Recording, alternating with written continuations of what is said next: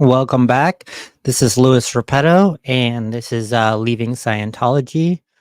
I am here with Squirrelentology, a YouTube channel dedicated to watching squirrels full time. So you're sort of like a Scientologist in this. You're always trying to watch the squirrels and see what they do. So that's what that Squirrelentology channel is all about. You can sit there and watch squirrels to your heart's content.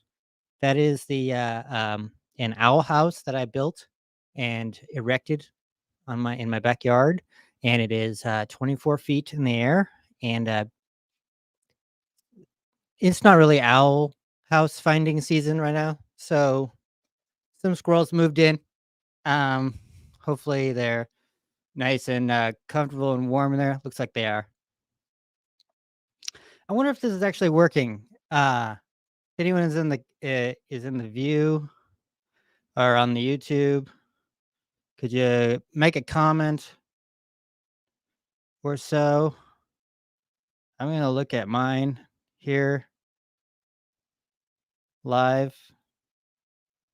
Yeah, it is live. Sweet. Thanks, Lou. You're welcome. I'm always here for you. Yeah, thank you. Um, so squirrels are fun to watch too. Yes, they absolutely are. They make little stretching uh movements and stuff, and they're fun. I want to make some really cool squirrel Olympic things for them in my backyard to watch them on as well, of course. So here we are today. I'm just doing a live Q&A, just trying to get more back into just regularly doing these. And this is I'm just gonna watch TikToks. And if anyone has questions or whatever, you can ask me. I was born in Scientology. I grew up in Scientology. My parents were parishioners. They paid for Scientology, but I went to all the Delphi schools, the Scientology run schools. Scientology itself doesn't run it, but the school reports to Scientology as to whether or not it can use Scientology's basic precepts in teaching children. I went to those, all they're called Delphi. So I went to Delphi, California. I went to Delphi, LA, Delphi, San Diego. And then finally, in the end, I went to Delphi, Oregon, a boarding school. And then I joined out of high school. I didn't finish. I was 17 and I joined the Sea organization right here on L. Ron Hubbard Way. That's where this video is. I actually joined with this person in the video. You can see in the center there, that's Jennifer. She went to Delphi. I went to Delphi with her. When I went to Delphi when I was 16, I met her there. She used to work there on a study work type program, but her parents actually worked there and lived there full time. That's been her whole life, mostly just being there at Delphi in Oregon. So she's definitely a born in Scientologist like I was. And so we met there at Delphi, and we became really close and we talked a lot because you really can't do anything else up there. And then we during so after about when I turned 17 in that summer, I me and her met up in Los Angeles, and she was doing a program there where to um she's doing a program there where she was working to she worked at called CCHR. It's a building in LA as well, and she was doing like an apprenticeship program there. She was really invested in like legal and law and things like that of that nature. Then we were together there in the summer for about 3 weeks, and we were both being recruited pretty heavily for the Sea organization, which is, as everyone knows, these people that work fanatically all the time and in for Scientology in order to help clear the planet. So we were both being recruited pretty heavily. Then I signed a Sea Org contract. I'll spare you all this single little details. That's in another video, I think. But I signed a contract, she signed a contract, but we were separate at that time. She had gone back home to Oregon, so she signed at home, and so we, like, simultaneously signed. We didn't even really talk to each other about it so much, and we knew that we weren't gonna be boyfriend and girlfriend because she lives over in Oregon and I was living in LA, San Diego. So she then goes so we both get signed up for the Sea Org, and I signed my billion-year contract at San Diego Org. She signs it in Delphi, Oregon, but it was on the same day. It was in July, about a month before we actually both arrived. So we were doing our project prepare, and those are the steps that you do before you arrive to the Sea organization. Some people's project prepares are so long, they're like 4 years long. Mine was only like a month, and hers was only a month as well. And we then arrived into the Sea organization, and, because a lot of Scientologists, whether you know it or not, they all sign a Sea Org contract at some point or another. They're all gonna join. Even if their project repair is end of this lifetime, then into the next lifetime. They part of this lifetime is going clear and going OT, and then on their next lifetime, when they're eligible for the Sea organization, they'll join the Sea Org. But they actually do sign a Sea Org contract. Happens all the time. Then okay. So that Jennifer and I joined the Sea Org arrive into the Sea Org August 12th, 1999. We're both kind of boyfriend and girlfriend still. We are boyfriend and girlfriend still. We consider ourselves boyfriend. She does the introductory program. It takes her longer to finish. Takes like a month longer than me. I finished it in September. She finishes in October. It's 1999. We're both put into the security division, and the security division is the guy on the left, the one next to Jennifer here, Angel, as everyone knows probably already. So we both get put into that. We were recruited for security specifically by a guy named Garth Symington. His brother's name is Charles Symington. Um, they may or may not be in Scientology anymore. I don't know. But Garth and Charles are not in the Sea organization. Garth left. He was in charge of manning up security. Jennifer and I were part of that. Then Jennifer and I had some situations with our family and leaving the base because we had pre-scheduled it with our family during Christmas time. We'd pre-planned this schedule for Christmas time where we were going to go out and see our family, and so this created a lot of upset for our security because they were nonstop working on the 2000 event when the whole I don't know, it was just a big event. It was at the Super Center. Maybe it was at Shrine. I think it was Super Center, the sports arena. And so it's nonstop when it's an event time. You know, you're bringing your dog there, your bomb dog there, and because security, they have their own bomb dog, and then they have got all of the constant security stuff. It's like nonstop. So they were really mad at us for wanting to leave. And so what we did, what happened was my dad came to the Church of Scientology and he went to security and he talked to the Ryan Boswell personally. And then Ryan Boswell came to me and Jennifer and just yelled in our face about how despicable we were and how much lower in how degrading we were as Sea Org members because we were trying to take this time away when really everyone else was working so hard. We got away for a little time, about 3 or 4 days. I visited my family. She visited hers in Oregon.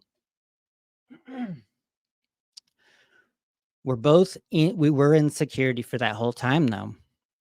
So there's two parts of this security. There's the physical security, then there's the computer security, then there's the legal security, then there's the security for the staff members.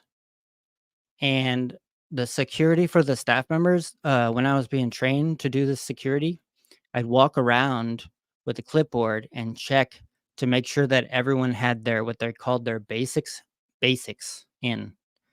And that means that for the day you have a battle plan, that you have the things you need to get done for that day, and that you have all of your graphs marked. So you write all these things.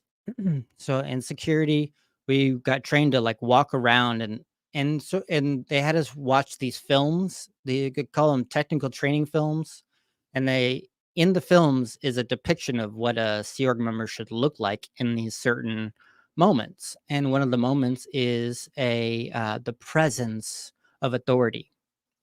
And so we got drilled on looking like that a lot, and then walking around and doing these inspections. And they're like minor confessionals, but there's no e-meter, and you're just asking the person right in front of you. It's like an investigation, like a I don't know, like it's sort of like in the movies where you see people going around asking people stuff. Jessica Beach, do you think the workers at the LA Test Center are getting in trouble for pulling in the protest? Yes and no. They're probably being Here's how it starts. Here's what goes on. You're on your job. They're on their job. They're selling. They're selling. They're selling. Their statistics go down. Their production level goes down. They get a report written on them on paper, and that goes to another division. The division then looks at it and goes to the person, um, and does an action on them where they put them on the e-meter, and they do a little confessional first to pick up anything that they may be withholding. Then they say, "What situation did you run into that you had to invent something to do something about?" I'll say that again. What situation did you run into that you had to invent something to do something about? That is the question that they'll ask these individual sales staff because their statistics are going lower. So they've got them in this session. It's called a cramming session, cramming order. So first their statistics go down. Then the cramming order gets written on them. They go up and they have this session where they get all their withholds off. Now, here's what's interesting. In this cramming order session, this little interview, which lasts about 1 hour, anything that comes up in there is actionable by security. So they write a report from the cramming order of the whatever confessional that came up, and they write a report on that and they send that to security for the staff, the security staff in charge. Call that the ethics officer, or in the Sea Org call it master at arms. Sorry, there's so many freaking terms here. I'm just trying to explain it. Cramming order. Their stats go down, they get a cramming order, they go into session, but it's not a session, it's a cramming session. So it's everything in there is actionable. In these cramming sessions, the people that are usually doing the cramming sessions and that are operating the e-meter on the sales staff are typically very good. Way better than a regular auditor would be. And so any withholds that one of these salespeople have will come up. It will come up. So a withhold can be anything they're withholding. So if they think a thought and they don't say it, it shows up on the meter as a dirty needle, like this, an erratic agitation. So the cramming person says, "What are you thinking about?" So this gets all of their thoughts, like the salespeople. Now, whatever you guys have been doing, saying to them and all this stuff has triggered in some way the salespeople. And so they go into this cramming session and they talk about all their withholds regarding it. So some things could be like, "I felt really sad when they were making fun of my glasses." Um, Another withhold could be, "I don't know what body thetans are. I don't know what Xenu is." Um, you know, and I heard people saying this over and over. That could be one thing. Or their withhold could be, "I stared at a girl's butt as she walked by, and I wasn't doing my job. Or another withhold could be, when I went to the bathroom during my shift, I spent 30 minutes in the bathroom because I didn't want to go back out and do my job. So I wasted time. Another overt or withhold could be,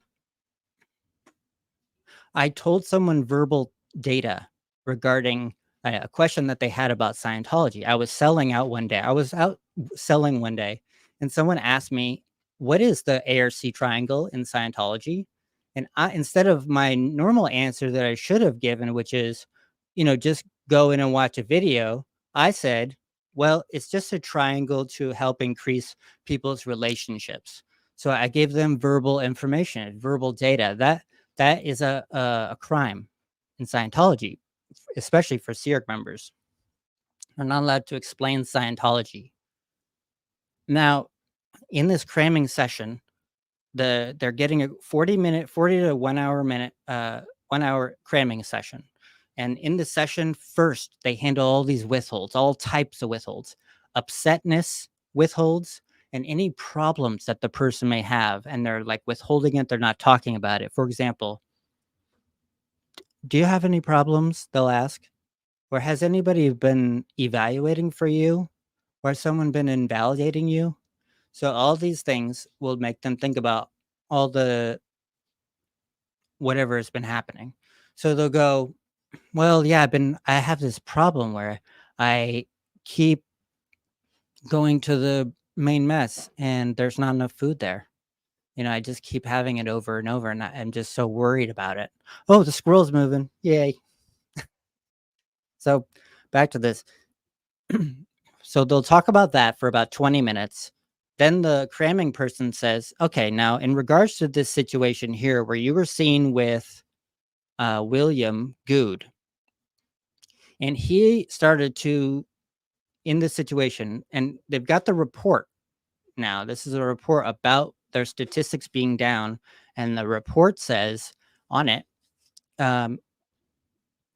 William Good was yelling in this person's face, and Tommy, he didn't.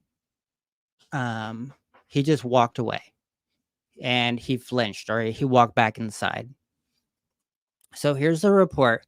After I've gotten all your withholds, here's the report. This is cramming. And I say, what situation did you run into that you had to invent something to do something about? And this is a question by L. Ron Hubbard. And the person goes, well, I ran into a situation where he was yelling in my fucking face, and I just didn't know what to do about it. They're just like, they're yelling, they're saying stuff. I can't even think straight. They're just like saying things. The cramming officer would say, then I understand. What specifically about that did you have to invent something to do something about? And the person goes, I had, I don't know. When he was doing it, I just started thinking about other things. It was hard to keep my tier 0 in, and I had to just turn around and run away because I couldn't confront it. And the cramming officer says, all right, understand that. Well, is there anything that you did that was like a violation of an L. Ron Hubbard policy that you should have done in that situation? Like, how does the DEI scale fall into this? Desire, enforce, inhibit sales scale that L. Ron Hubbard purports as being the best. So the cramming officer would say, what does this DIEI scale have anything to do with this part about William here? And the student, Tommy or whoever, is the person he's getting cramming, salesperson. Oh, well, I don't know. I just, when he was like an enforce, and I didn't know what to do. I didn't know what to say. And he was just enforce. And so I just left because I didn't really think I could get him into Scientology. I just didn't think so. I didn't know what to say. Cramming officer goes, okay, I understand. So I'm going to write you a program to handle all of this. End of cramming interview. And then the person puts down the cans. The cramming officer writes down a list of all of the references the salesperson now has to go through and do demonstrations and read and drill. And part of that are these training routines where you have to do TR0. And TR0 has 3 different parts. The first part is you sit across from somebody with your eyes closed. Second part is you sit across from somebody with your eyes open. The third part is where you sit there and the other person tries to throw you off of just being able to look without having any reaction or internal reaction. You're not allowed to be suppressing anything. It just has to turn off.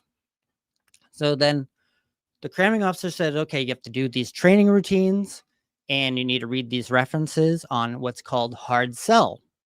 Hard Sell by Owen Hubbard is the person, you have to feel it so badly that they need this thing, this Scientology, that you have to get the person over their own stops and barriers that are blocking them from studying Scientology. And you have to follow this, what's called DEI scale. Desire, enforce, inhibit. Desire, enforce, interest. My bad.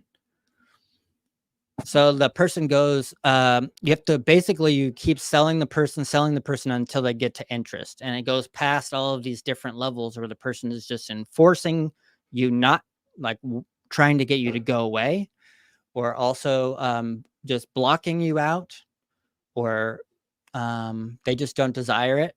Well, you just keep pressing interest, according to Owen Hubbard, and then the person will rise up the scale into interest and want it. So that's what he would study. They get the cramming order. The cramming order takes them 3 weeks. So they're working on this cramming order, unless they're doing it full time. So it takes them 2 days. I would say in this case, they're probably doing it full time because of the situation. Then they get the cramming order. Their statistics are still down. Then they're going to be going, scrolls back. And they're going to be going into what's next is the ethics handling of now. So once your statistics are down, you first get the cramming order and the cramming session and the cramming handling. Then after that, you get an ethics handling. So you go, oh yeah, remember I told you about in the cramming session, the cramming officer writes down everything that you've done. They then send that to HCO, the security division. And in the security division, one of the salespeople would go down and see the security people and see them regarding any withholds that they have come up. Now, this could be anything. See, you guys have been saying all kinds of stuff. I don't even know how these people can keep up with the outrudiments that are being caused here by all y'all. The the person says something about Xenu. The person says something about body things. That's when they're seeing the security staff member inside of the Church of Scientology, and in the Sea Org. They're okay, let me just fucking explain it. The salesperson comes to see you, comes to see the Sea Org staff ethics officer. Sea Org staff ethics officer, that was me. So what I would do was I'd take the reports, I'd read them, and then I'd put the person on the cans again. I'd put the knowledge reports in front of the person, and I'd say, is there any more information about this that you can tell me? I'd have them pick up the cans and interview them regarding this, make sure that they didn't have any more withholds. Because one thing that's interesting is that different parts of Scientology, the staff Sea Org levels, they'll actually they'll make Sea Org members think that they know more than they do. They call it missed withholds. Fuck, I'm just like totally going down a rabbit hole. Sorry, Jessica. Yeah, so they go to the ethics officer, and when I was the staff MAA, Master at Arms, I would put them on the e-meter, and I would see if there was anything else they were doing that was out ethics. So, are they pulling it in? No. Scientology is pulling it in. Scientology is pulling this in. But they, um, sales team themselves, I don't know how to answer that. I think I'm still too brainwashed to tell. But that is what happens. They get the cramming order, they get the ethics correction, and they sometimes they might have to do lower conditions based on what comes up. When you have to do lower conditions, it's just a lower status level while you're doing the conditions. And so you typically might get assigned treason or enemy or doubt. Thank you.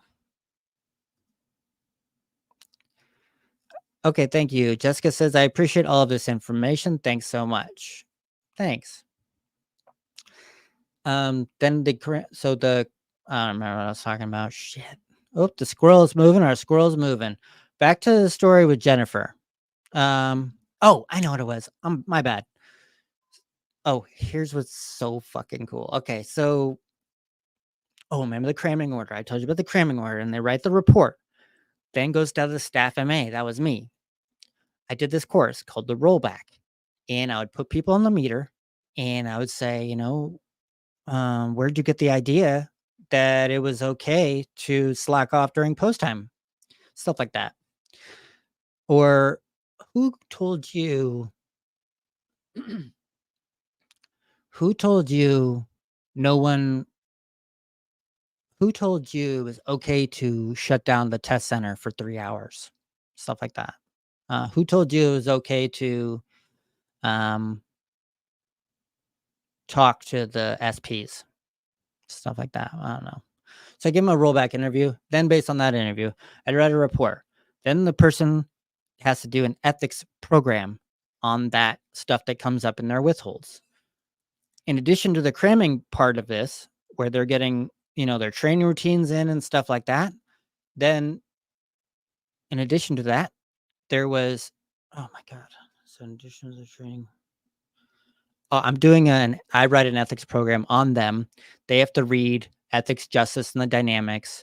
They have to read over the conditions, decide what their condition is. This is purely based on what came up in their cramming interview session, not what came up in necessarily in the ethics interview. Or this is not because of the test center statistics going down. They're not going to do these conditions based on any of those things. They'll do their conditions based on what is coming up for them as a withhold. Then, if you're in a lower condition, which is below non-existence, it goes confusion, treason, enemy, doubt, liability, non-existence, danger, emergency, normal, affluence, action, affluence, power. If you're below the condition of non-existence in the Sea Org, you have less pay and you have 15-minute meal breaks. And then you have to go to the base briefings. Sometimes at the base briefings, which is on a weekly basis, you'll get brought up in front of the whole crew and get told how much you suck. That happened to me a few times. Lower conditions. So another thing is you get crappy pay, which is already worse. I typically got 25 on average. So if I got a crappy payday, I got $12. That was just enough for like a pack of cigarettes and shampoo, which I needed. Then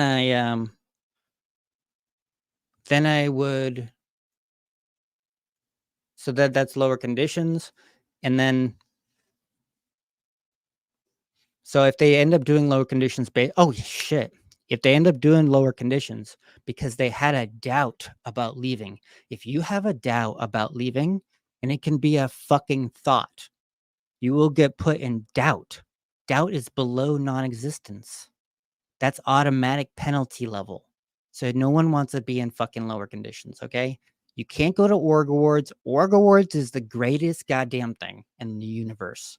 You get to go at the end of the night on Thursday night at 10 p.m.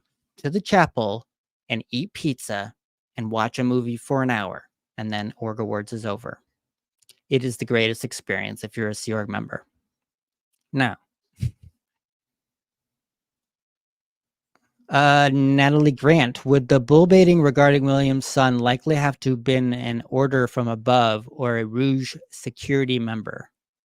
Or a Rouge security member? It's probably another word there.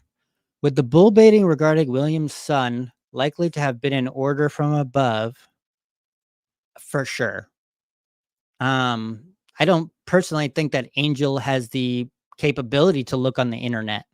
I don't think he's allowed to. Um, all all security are allowed to be on the internet, but they have to use the local internet in the main mess. Oh, rogue. Thank you. They would have to use the internet in the main mess. And the internet in the main mess is, blocked by security's streaming services where they stop all the bad things. So Angel has no way of figuring out, and that's the one that was doing the bull baiting on William's son, right? He's like yelling about things that lies about his son that he had read wherever. Oh, absolutely. They drilled that. They drilled that a number of times. I'm sure they drilled it during his study time. They probably showed him a reference first. Yes. First, yes. First, Angel. So this would come from likely not security, because security is more of the people that do it. These security guards, they're the ones that carry the actual action out, or the public security guards. See them at the test center, the two public dudes that are not they're not in the Sea Org. They're likely unqualified for the Sea organization. They've likely done LSD or angel dust. That's my guess. Here's what would happen. The OSA for the base, pack base, would have looked this up on the internet or done some kind of, I don't know what they do exactly. They got the information. They bought it or whatever. Then they wrote it down so that Angel could could actually do it. Then they had Angel do this to a wall.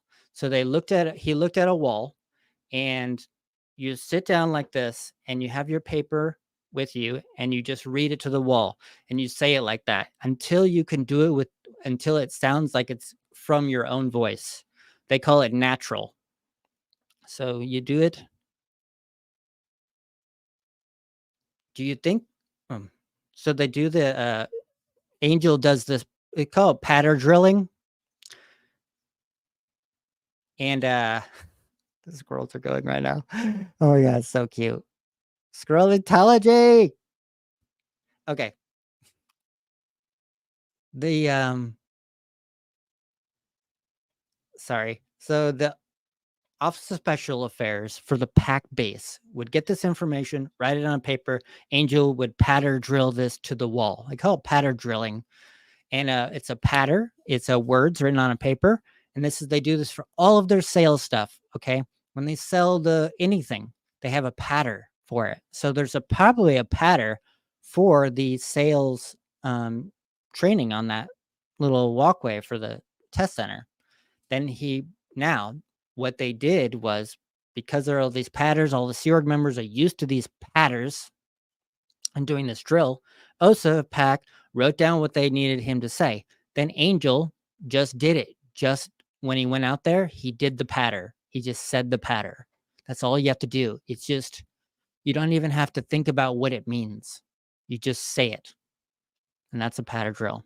So, hell no. There's not a rogue security member. There's no rogue security members. And if there are, they're on decks and they're being watched 24/7. Mary Sue Hubbard, Louis, you think they could ever have AI deliver auditing? No. Yes, squirrels. Yes, they are fun. Yeah. Back to the lower conditions. So the lower conditions that the salespeople would be doing is if they have a thought. So in this cramming interview that happens, okay, the cramming interview is to help them. Is to help them. That's what they're being told. Oh, I'm doing this cramming interview because it's gonna help me. But then they go in this cramming interview, they give their withholds off, and one of them could be, "Oh, well, I thought about leaving, I thought maybe I don't wanna do this anymore, or I wanna go to a different work. I wanna go up lines. I wanna go somewhere else. I wanna stay in the Sea Org, but I don't wanna do this anymore. Or I wanna leave the Sea Org. I think I need to go and be with my mother." Anything like that.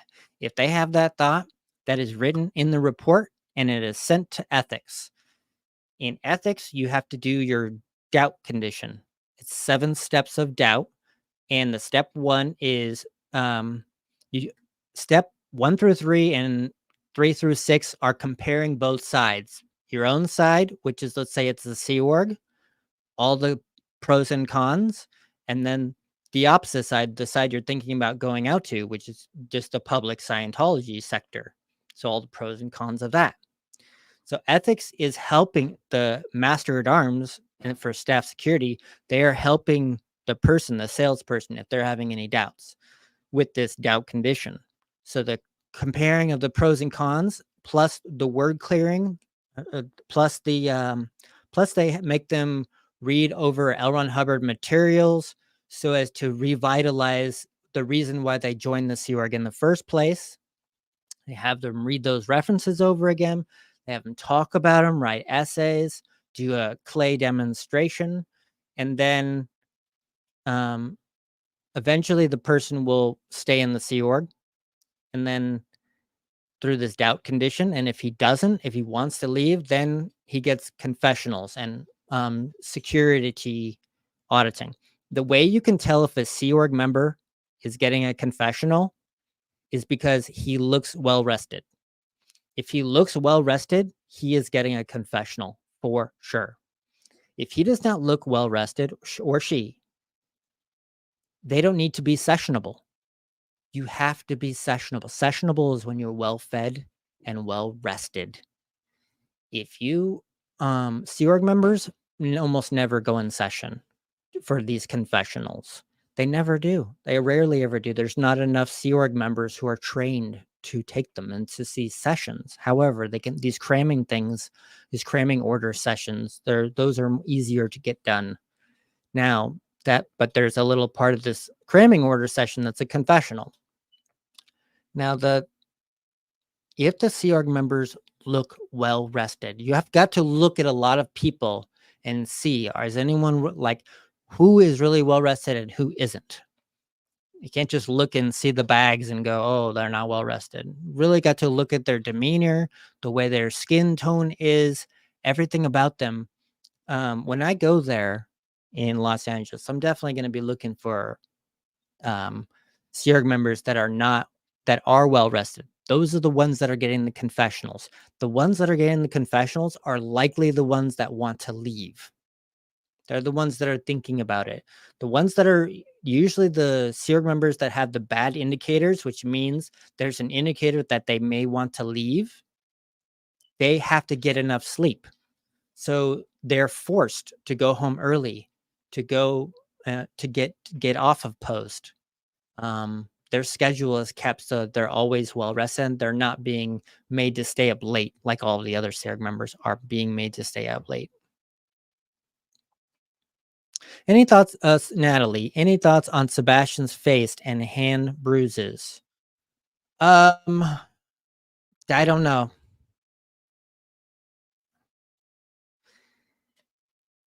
So I was originally talking about Jennifer here, and we had just joined the SEAL. We were in security together. Then we both got transferred to Asho Day, and which is the big blue building right where the metal lion is in the front.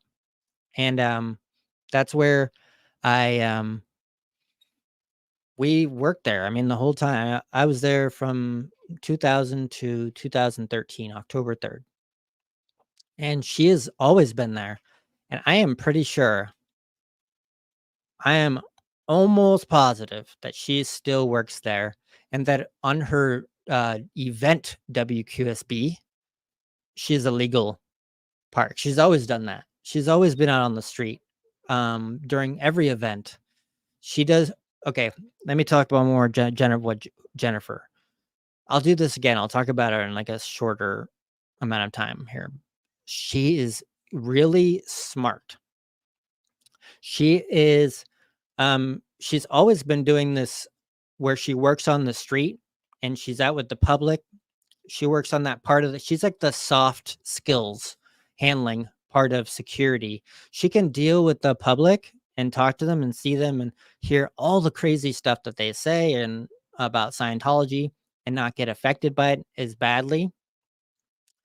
But she absolutely knows how to help with the legal end, like writing the permits for the street and waivers and affidavits and contracts, all kinds of things like this. She was really good at, and she actually picked that up. She didn't learn that. She didn't go to school or anything for that. She didn't even. She did.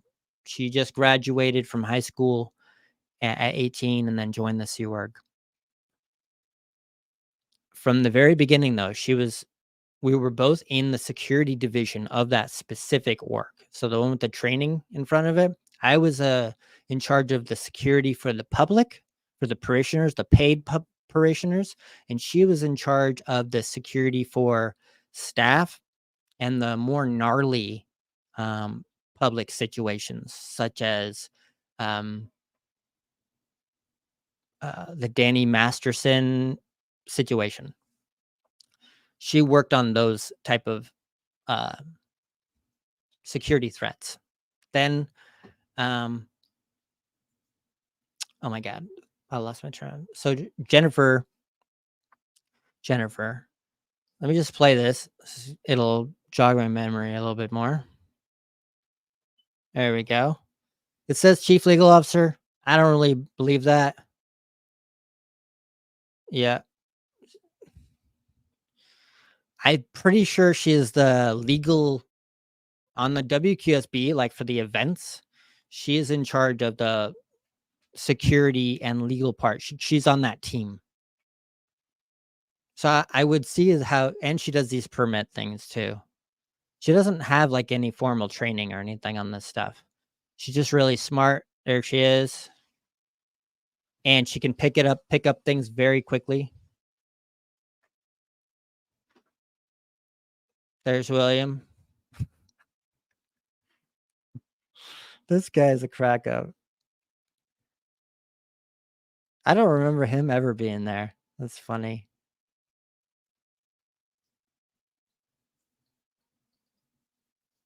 Oh my god, that was Jessica. So there she is right there. She is married. Her name is Jennifer Bubke, and she is married or Jennifer Krauskopf, and her parents work at Delphi, Oregon. Her sister works in the Sea Org as well. Her sister joined the Sea Org around 2013, 2014, and in the Messenger, Commodore Messenger organization. And Jennifer, this is Jennifer, and then Jennifer, she's married to Flynn Krauskopf. They got married in 2004. Jennifer and I got married in year 2000, and then we got divorced in 2003. Then we're still in the same org. We're still friends. We're still working with each other, you know. And she, I get married to somebody else. She got married to Flynn Krauskopf. He was an auditor for the same org that I worked at and she worked at, and she was married to him. Her Flynn's sister is Lydia Hopwood. And then yeah, so that's Jennifer. She's married to Flynn. Okay, this dude right here, with the glasses. His name is Simon Siegel. I went to Delphi, Oregon with him as well. Simon and Jennifer know each other very well. I'm surprised he's in security here. Looks like he got busted because he was at the INT. Did you see that he was at the IAS protest? That's where I first saw him, and he was decked out like he was in the Office of Special Affairs and internationally. And now you see him here on security. That means he got busted down, demoted. They must have really needed security guards. Oh, yeah. So this, hold on, let me get this here. The lady on the left of Angel, her name's Frida Koopa. She works at the Los Angeles org. She is not a Sea Org member. She's been there forever. She is not allowed to receive certain types of auditing. Jennifer is married to Flynn. I'm pretty sure they're still married. I didn't see a ring on the finger, but she sometimes didn't wear a ring, so I don't really know. I will say one thing about Jennifer. I will say one thing about Jennifer is she will not leave the Sea Org. She will leave the Sea Org if Flynn leaves the Sea Organization. If Flynn decides to leave, Flynn used to be before he worked at a class 5 org, a lower org that was not the Sea Org. Then he joined into our org, and he and Jennifer started dating, and they got married. And then a few years later, he went to Florida to do some special training, and he got in trouble there, and then he got kicked out of Florida along with another woman. And then Jennifer was I ended up, because I was friends with Jennifer, and we worked together, and we worked in the same orgs, and I then became on this job called the staff section officer, where I took care of the staff members, and took care of their medical, I took care of their auditing, I audited them. Jennifer needed some auditing, so I audited my ex-wife, Jennifer. And this is like it's not against the rules in Scientology necessarily. And so she was pretty upset about this thing with Flynn. And I could tell she's one of these people who, if their spouse wanted to leave the Sea Org, they would leave with them. That is so uncommon, because when I was in the Sea Org, there were tons of people who just got divorced and then the other person left the Sea Org. That happened all the time.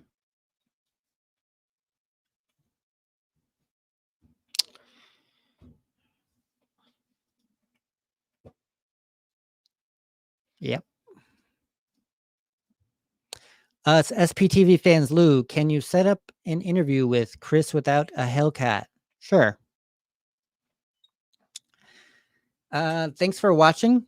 I'm going to be ending off here. If is there anything you'd care to say or ask before I end the session?